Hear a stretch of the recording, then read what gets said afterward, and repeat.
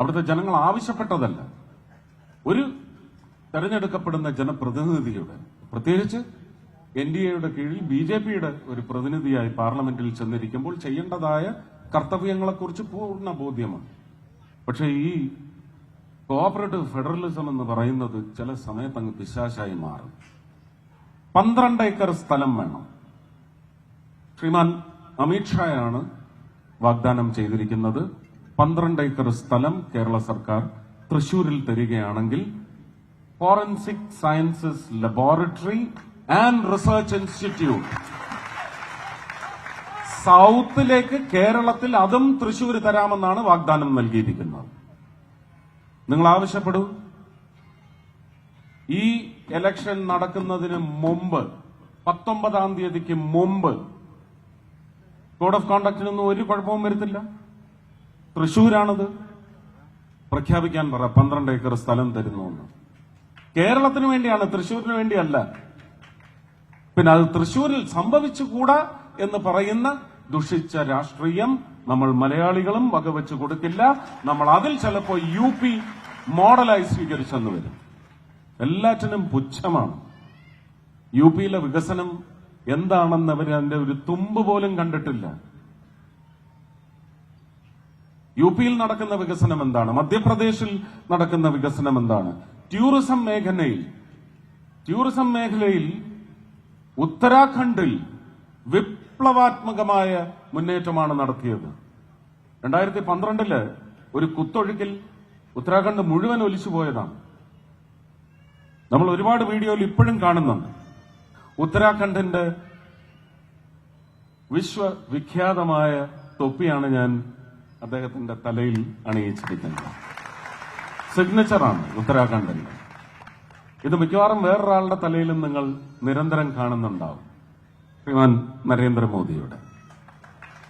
അപ്പൊ തൊപ്പി എന്ന് പറയുമ്പോൾ ഇവിടുത്തെ ചില ആൾക്കാർക്ക് ഇത്തിരി അലർജിയൊക്കെ ഉണ്ട്. തൊപ്പി അവരെ ഭയപ്പെടുത്തുന്നുമുണ്ട്. ഈ തൊപ്പിയും അവരെ ഭയപ്പെടുത്തട്ടെ, അവരെ നേർവഴിക്ക് നയിക്കുന്നതിനുള്ള ഉത്തേജകമായി മാറട്ടെ. ഞാനിതെല്ലാം കുറച്ച് അടച്ച് പൂട്ടി കുറച്ച് ഞാൻ തന്നെ എഡിറ്റ് ചെയ്താണ് പറയുന്നത്.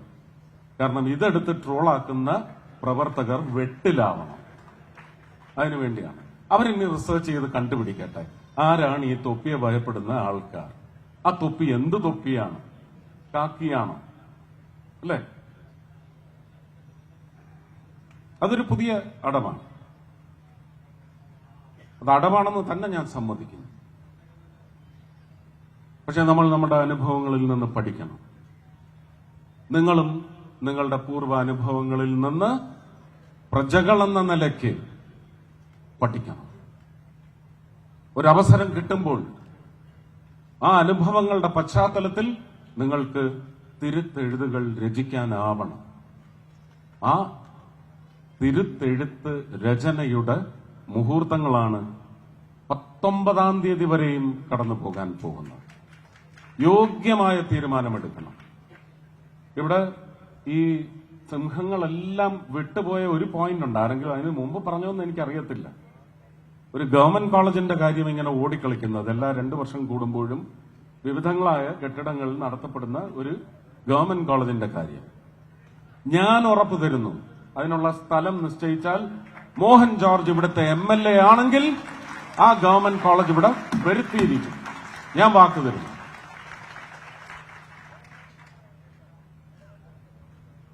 മതത്തിനതീതമായി, രാഷ്ട്രീയത്തിനതീതമായി, വാഗ്ദാനങ്ങളെ വിശ്വസിച്ചല്ല, നടക്കാൻ സാധ്യതയുള്ള വഴി എന്താണെന്ന് കൂടി വ്യക്തമാക്കിയ പശ്ചാത്തലത്തിൽ നിങ്ങൾക്കൊരു പുനർനിശ്ചയമുണ്ടാവണം.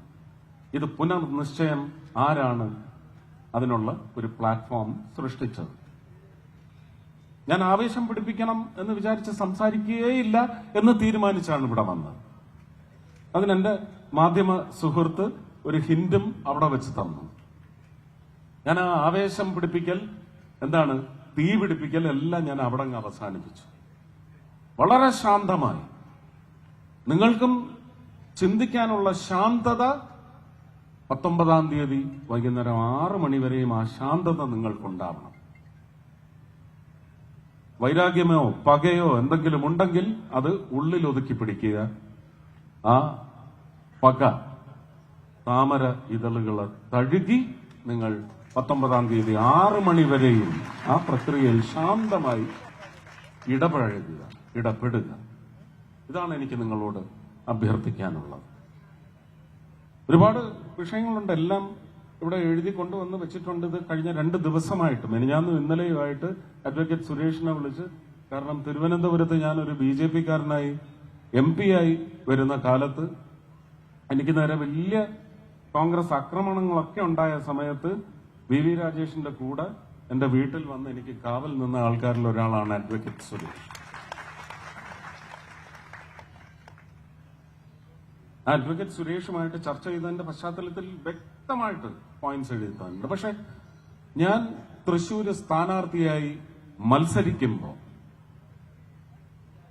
വളരെ അതിശയം നിങ്ങൾക്ക് ഒരുപക്ഷെ തോന്നാം.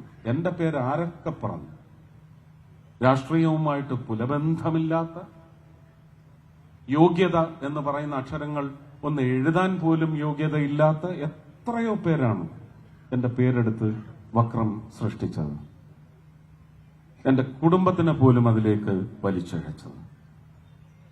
സത്യമൊന്നല്ലേ ഉള്ളൂ. ആ സത്യം എന്നെ സംബന്ധിക്കുന്നതാണെങ്കിൽ എനിക്കറിയുന്നതിനപ്പുറം പിന്നെ വേറെ ആർക്കറിയാം, വേറെ ആരറിയണം, വേറെ ആർക്ക് അതിന്റെ ഉള്ളറിയാനുള്ള അവകാശമുണ്ട്? ഞാൻ പറഞ്ഞല്ലാതെ. ഒരു മനുഷ്യ ജന്മം, ഒരു ദൈവ സൃഷ്ടി എന്ന നിലയ്ക്കുള്ള എന്റെ അവകാശങ്ങളെ പോലും ധ്വംസിക്കുകയായിരുന്നു എല്ലാ വിഷയങ്ങളും. പക്ഷേ പ്രത്യേകത എന്താണെന്ന് ചോദിച്ചാൽ, ഞാൻ ആ പ്രചരണം മാർച്ച് 4-ാം തീയതി വൈകുന്നേരം തുടങ്ങി വെച്ചെങ്കിൽ ജൂൺ 4-ാം തീയതി വിജയം പ്രഖ്യാപിച്ചതിന് ശേഷവും ഞാൻ എന്റെ എതിർ സ്ഥാനാർത്ഥികളുടെ അല്ലെങ്കിൽ സഹ സ്ഥാനാർത്ഥികൾ, ഇങ്ങനെയൊക്കെയാണ് ഞാൻ ഉപയോഗിച്ചത്, സഹ സ്ഥാനാർത്ഥികളുടെ പേര് ഉച്ചരിച്ചിട്ടില്ല എന്നുള്ളതാണ് ഏറ്റവും വലിയ പ്രത്യേകത. മുരളിച്ചേട്ടനെ കുറിച്ച് മാത്രം ഞാൻ പറഞ്ഞിട്ടുണ്ട്, കാരണം അതെന്റെ ലീഡറുടെ മകനായതുകൊണ്ട്. എനിക്ക് അദ്ദേഹം എന്നെ എന്ത് പറഞ്ഞാലും ശരി തന്നെ, എനിക്ക് ലീഡറുടെ മകനോട് തിരിച്ചു പറയുന്നു എന്ന് പറയുന്ന ഉത്തരവാദിത്വം എനിക്കുണ്ട്. ഞാൻ വളരെയധികം ഒന്ന് രോമാഞ്ചം കൊണ്ട് അഡ്വക്കേറ്റ് ഷോൺ ജോർജ് ഇവിടെ നിന്നുകൊണ്ട് ആര്യാടൻ മുഹമ്മദ് സാഹിബിനെയും KM മാണി സാറിനെയും ഒക്കെ നല്ല സ്മരണകളുടെ തണലിൽ സ്നേഹത്തോടെ ഇവിടെ അവരുടെ പേരുകൾ ഉച്ചരിച്ചപ്പോൾ എനിക്ക് വലിയ അഭിമാനം. അങ്ങനെയുണ്ട്, എല്ലാവരും അല്ല എന്നല്ല നമ്മൾ പറയുന്നത്. അത് മറ്റവർ പറയുന്ന പോലെയല്ല, എല്ലാവരും അല്ല, അതല്ല, ഒരുപാട് പേരുണ്ട്. അങ്ങനെ നമുക്ക് ചൂണ്ടിക്കാണിക്കാൻ സാധിക്കണം. മാണിസാറിന്റെ കാര്യം എനിക്കിപ്പോ ധൈര്യമായിട്ട് പറയാം, കാരണം ഇടതന്മാര് പോലും അല്ല പെട്ടി മെഷീൻ എന്നൊന്നും ഇനി പറയേയില്ല, അല്ലേ?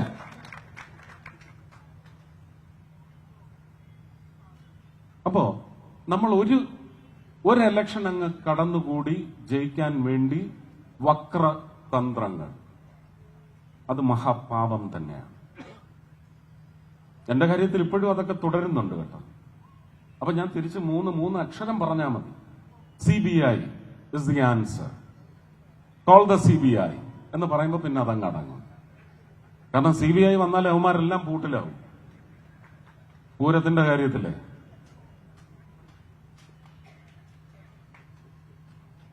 ഇപ്രാവശ്യം പൂരം വളരെ മനോഹരമായിട്ട് നടന്നു. ബഹുമാന്യനായ മുഖ്യമന്ത്രിയാണ് അതിന് നേതൃത്വം നൽകിയത്. പക്ഷെ അതിന്റെ പശ്ചാത്തലം എന്താണ്? അത് ഞാൻ രാഷ്ട്രീയം തന്നെയാണ് പറഞ്ഞത്. നല്ലതിനെ നമുക്ക് നല്ലതായിട്ടേ കാണാൻ പറ്റൂ. അടിയന്തരാവസ്ഥ എന്ന് പറഞ്ഞ കരിക്കട്ട ദുരന്തം, അതിന്റെ പേരിൽ ഇന്ദിരാഗാന്ധിയെ ഈ നാടിന് കിട്ടിയ നന്മ എല്ലാം മറന്ന് പുച്ഛിച്ച് തള്ളാനോ പുലഭ്യം പറയാനോ എന്നെ കൊണ്ടാവില്ല. അങ്ങനെ ഒരു വലിയ ബൃഹത്തായ സമൂഹം നമ്മുടെ രാജ്യത്തുണ്ട്, നമ്മുടെ രാജ്യത്തിന് പുറത്തുണ്ട്. അപ്പൊ അട്രിബ്യൂഷൻ, നമുക്ക് സമർപ്പണ ബുദ്ധി അതുണ്ടാവണം. പൂരം മനോഹരമായി നടത്തുന്നതിന് മുഖ്യമന്ത്രി നല്ല തീരുമാനങ്ങൾ ചർച്ചകളിലെല്ലാം രാഷ്ട്രീയം മറന്ന് നേരിട്ട് വിളിച്ച് പങ്കെടുക്കണം. എന്തെങ്കിലും സജഷൻസ് ഉണ്ട്, ഇൻസ്ട്രക്ഷൻസ് ഉണ്ടെങ്കിൽ അത് നൽകണം. എന്റെ മുന്നിൽ വെച്ച് ഉദ്യോഗസ്ഥർക്ക് കൊടുക്കണം. ശ്രീ രാജൻ അഹോരാത്രം പണിയെടുത്തയാളാണ്. അദ്ദേഹം CPI ആയതുകൊണ്ട് എനിക്ക് അദ്ദേഹത്തെ തള്ളിപ്പറയാനൊക്കത്തില്ല. അതാ പറഞ്ഞ വ്യക്തികളുണ്ട്. ആ വ്യക്തികളെ നമുക്ക് കണ്ടെത്താൻ സാധിക്കണം. ആ വ്യക്തികൾ നമുക്ക് ഉപകരിക്കപ്പെടണം. ഉത്തരവാദിത്വമാണ്. പക്ഷെ എങ്കിലും നമുക്ക് അങ്ങനെ ഒരു പ്രാർത്ഥനയില്ലേ ഒരു വോട്ട് ചെയ്യുമ്പോൾ, ഇതെനിക്ക് ഉപകരിക്കപ്പെടണം. ശ്രീ മോഹൻ ജോർജ്, ഞാൻ ദീർഘിപ്പിക്കുന്നില്ല, എല്ലാവർക്കും വീട്ടിൽ പോയി കഞ്ഞിയും പയറും ഒക്കെ കഴിച്ച് കിടന്നുറങ്ങാനുള്ളതാണ്. ആനിമൽ മാൻ കോൺഫ്ലിക്റ്റിനെ സംബന്ധിച്ച് ഇവിടെ സംസാരിച്ചു കഴിഞ്ഞു. നവ്യ പറഞ്ഞതാണ് ഞാൻ പറയാൻ ആഗ്രഹിച്ച പോയിന്റ്.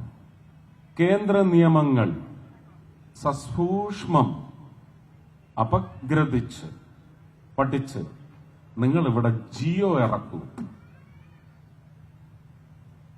വളരെ നോർമലൈസ്ഡ് ആയിട്ടുള്ള ഒരു പ്രക്ഷുബ്ധതയും പ്രകൃതി സ്നേഹികളെയും മൃഗസ്നേഹികളെയും ഒന്നും വിഷമിപ്പിക്കാതെ, പിണക്കാതെ, മൃഗങ്ങളെപ്പോലും വിഷമിപ്പിക്കാതെ നമുക്ക് കാര്യങ്ങൾ ചെയ്തെടുക്കാൻ സാധിക്കും. പക്ഷെ ഇത് വരാൻ പോകുന്ന എല്ലാ ഇലക്ഷനുകൾക്കും ഒരു വിഷയമായിരിക്കണമെന്ന് പറയുന്ന രാഷ്ട്രീയ കുതന്ത്രം വിളയാടുകയാണെങ്കിൽ ഈ പ്രശ്നങ്ങളൊന്നും പരിഹരിക്കപ്പെടാതെ തുടർന്നുകൊണ്ടേയിരിക്കും. ഇപ്പോഴും നമ്മുടെ ഈ പട്ടിണി ഇൻഡെക്സിന് ഇങ്ങനെ എല്ലാവരും പുകഴ്ത്തിയാണ്. വളർന്നു, ഇന്ത്യയുടെ സ്ഥാനം 300ാമത്തെ സ്ഥാനത്തേക്ക് പോയി എന്നൊക്കെ പറഞ്ഞ് കൊട്ടിഘോഷിക്കാൻ വേണ്ടി ആനന്ദം പ്രകടിപ്പിക്കുന്ന അതുപോലെ തന്നെയാണ് പട്ടിണിയുടെ കാര്യത്തിൽ നമ്മൾ എത്രമാത്രം കൺട്രോൾഡായി, എത്രമാത്രം നമുക്ക് അഭിമാനിക്കാൻ തരത്തിലുള്ള ഒരു പൊസിഷനിലാണ് നമ്മൾ എത്തിയിരിക്കുന്നത്. ഇന്നലെ കൌൺസിൽ യോഗത്തിലും പ്രധാനമന്ത്രിയുടെ ക്യാബിനറ്റ് സെക്രട്ടറിയും വ്യക്തമായി വിളിച്ചു പറഞ്ഞതാണ്, ഓൺ റെക്കോർഡാണ്. അപ്പൊ പ്രചരിപ്പിക്കപ്പെടുന്ന അസത്യങ്ങളുടെ പശ്ചാത്തലത്തിൽ നിങ്ങളുടെ നിശ്ചയങ്ങൾ നിങ്ങളെ 5 വർഷം കൊടും ക്രൂരതയിൽ കൊണ്ടു ചെന്ന് മുക്കി താഴ്ത്തുന്ന പ്രവൃത്തി ആവരുത് ഇലക്ഷൻ അല്ലെങ്കിൽ സിലക്ഷൻ. വളരെ ശാന്തമായി ചിന്തിച്ച് നിങ്ങൾക്കൊരു പുതിയ രചന നടത്തണോ, അത് ഈ നിലമ്പൂരിൽ ഇപ്രാവശ്യം നടത്തൂ. അതിനൊറ്റ കാരണമേ ഉള്ളൂ, അത് പറഞ്ഞ് ഞാൻ അവസാനിപ്പിക്കുകയാണ്. ഈ ഇലക്ഷൻ സത്യത്തിൽ ഇന്ത്യ മുന്നണി എല്ലാവരും കൂടെ കൂടിയിരുന്ന് അവരിലെ പ്രബലൻ TMC ആണോ, ആപ്പാണോ, INC ആണോ, അതോ ഇനി ഫറൂഖ് അബ്ദുള്ള അദ്ദേഹത്തിന്റെ പാർട്ടിയാണോ എന്ന് പറയുന്ന ഒരു ഇലക്ഷൻ അതിനകത്ത് നടത്തിയാൽ മതിയായിരുന്നു. ഈ ഇലക്ഷൻ എന്ന് പറയുന്നത് ഒരു ചതിക്കുഴിയിൽ പെടുത്തി ഒരു മാന്യദേഹത്തെ രാജിവെപ്പിച്ച് ഈ ഇലക്ഷൻ നിലവിൽ വന്നെങ്കിൽ അതിൽ നിന്ന് അടുത്ത നിയമസഭാ തെരഞ്ഞെടുപ്പിന് എത്ര സീറ്റ് ബേരം ചൊല്ലി പിടിച്ചടക്കണം എന്ന് പറയുന്ന തന്ത്രത്തിന് വേണ്ടി ഉതകുന്ന പ്രബലത തെളിയിക്കാനുള്ള ഇലക്ഷൻ മാത്രമാണ്. അല്ലാതെ ഇത് നിങ്ങളുടെ നന്മയിലേക്ക് വന്നു ചേരാൻ പോകുന്ന ഇലക്ഷൻ ആയിരിക്കില്ല. നേരെ മറിച്ച് ആ നിശ്ചയം നിങ്ങൾ ശിക്ഷ നൽകിക്കൊണ്ട് ശ്രീ മോഹൻ ജോർജിനാണ് ആ ഒരു വിജയം സമ്മാനിക്കുന്നതെങ്കിൽ ഞാൻ നേരത്തെ പറഞ്ഞില്ലേ, പടരും പടരും പടരും. നന്ദി, നമസ്കാരം.